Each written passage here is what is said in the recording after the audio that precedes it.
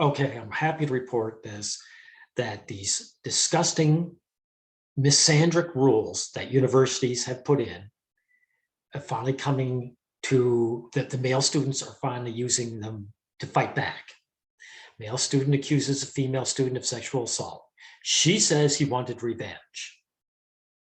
Now, Title IX creates a prisoner's dilemma. Students have to file sexual misconduct complaints to avoid becoming the accused.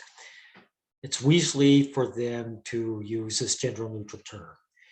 It's male students have to file sexual misconduct complaints to avoid becoming the accused.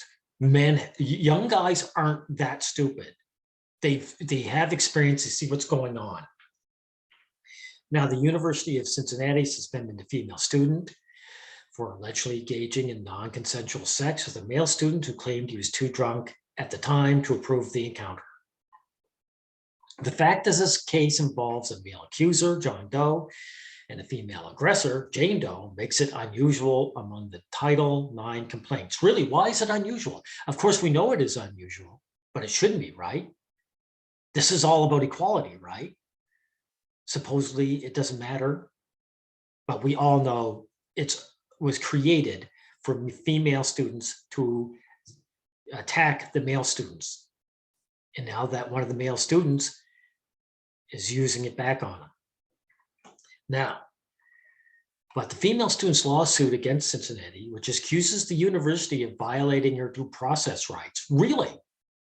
So these due process rights, they're fine being violated for the male students. But as soon as a woman gets zapped, she thinks she's going to, I hope she doesn't succeed, because this has been going on to male students all along. And these female students were fine with it. They want it that way. So it looks good on her. Now, this reveals something even odder. No, it doesn't reveal anything odd. There's nothing odd going on here. These feminist universities have been attacking young men, and one of them got smart enough to use their ammunition against them. Roe had previously filed a sexual misconduct complaint against one of Doe's friends. See, that's not odd. Doe realizes how much shit he was going to get with drunken sex with this woman. And so he took the logical steps to defend himself. It's either get her before she gets him. Now, Roe's lawsuit then suggests that Doe filed the complaint against Roe as a kind of revenge for getting his friend in trouble. And he says, I have an alternative theory, but I'll save that for the end. This guy's alternative theory, I agree with that. Now, I can't suggest that this isn't a possibility.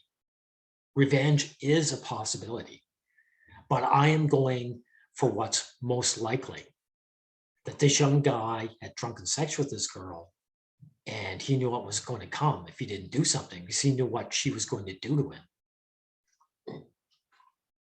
On information and belief, John Doe was motivated to file a Title IX complaint. Retaliation for the prior Title IX complaint Jane Roe has filed against his friend, according to the suit. But guess what? They won't be able to prove that, will they?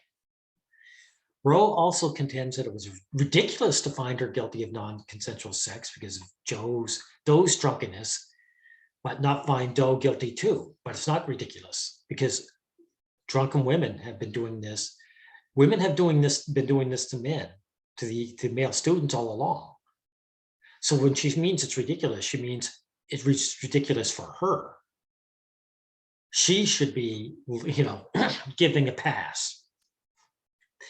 Roe was also drunk at the time, so under the rules, he was just unable to consent to sex as he was. Well, this might seem like a paradox. How can two young people rape each other? It would actually be straightforward application of affirmative consent, which requires all participants in a sexual encounter to proactively obtain freely given and unambiguous consent before proceeding. You see, it's not paradoxical because, again, young male students have been saying this all along, and it's never saved them.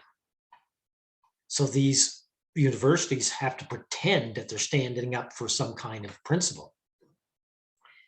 The encounter between Roe and Doe took place. They went to a party together, then returned to Doe's residence after Doe said he was feeling drunk. They went to his bedroom where Roe fell asleep. Doe eventually crawled into bed, initiated sexual contact with her. After allowing him to touch her, Roe asked if there was anything else you want to do. He said no, and they went to sleep. Keep in mind, this is Roe's account, and she is the accused. Right, it's her story. It's more he said, she said. Now, Doe went to the school's Title IX office and filed a complaint alleging that Roe had engaged in sexual activity with him while he was too drunk to give consent. That same day, Title IX coordinator Carla Phillips informed Roe that she was under investigation. Wow. Wow, I'm shocked. I'm so shocked that they just didn't turn around and say, oh, it's a woman, we can't do that. Since neither party disputed that sexual activity had occurred, the only relevant matter was whether Doe had been able to give consent. At the hearing, the university determined that he had been intoxicated and that it thus had no choice but to suspend Roe until his graduation. Roe filed an appeal and was denied. Wow, she even filed an appeal. I am lied about this. I'm happy to hear this. I'm very happy to hear this. To see that some of these guys are smart enough to fight back. Now, according to the Cincinnati Enquirer, Roe said she was being punished for engaging in the same sexual freedoms that men on campus enjoy. Now, this is the insult. This is especially makes me glad she got zapped, because she's suggesting that men engage with drunk sex with women on campus and get away with it, knowing how many male students have been zapped. The hypocrisy is disgusting, and I'm glad she is finally getting punished by some kind of, pretend principle. It might be more accurate to say she's being held to the same standard. Yes, the standard that is, for many reasons, horrible. Yes, it is a horrible thing. And finally, a woman is getting zapped. I suspect these universities will find some way to close this loophole.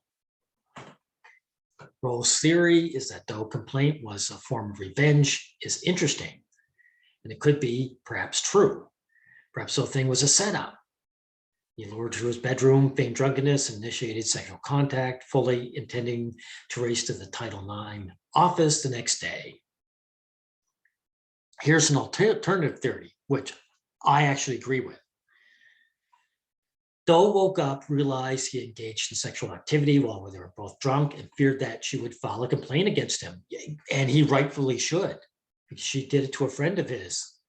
And he was drunk enough to, just give in to his inhibitions. And now he realized what trouble he's in. As she had done this to his friend, panic-stricken, he felt he had no choice but to beat her to the punch. This actually makes complete logical sense, considering what young male students are up against in the universities, countrywide. And not just countrywide, Western worldwide. Indeed, if you expect they're going to become subject of a Title IX investigation, the optimal strategy may very well be to file the complaint first. For reasons not completely clear to me, the Title IX administrations often appear biased in favor of the initial complaint and presume the other party is the wrongdoer. The reasons are clear to me because it was set up for women to zap guys, and women are the ones who are the first complaints. That's why they go for it. And this administration, trust me, are betting on that this John Doe will be a small minority, and the majority are going to be Jane Roes.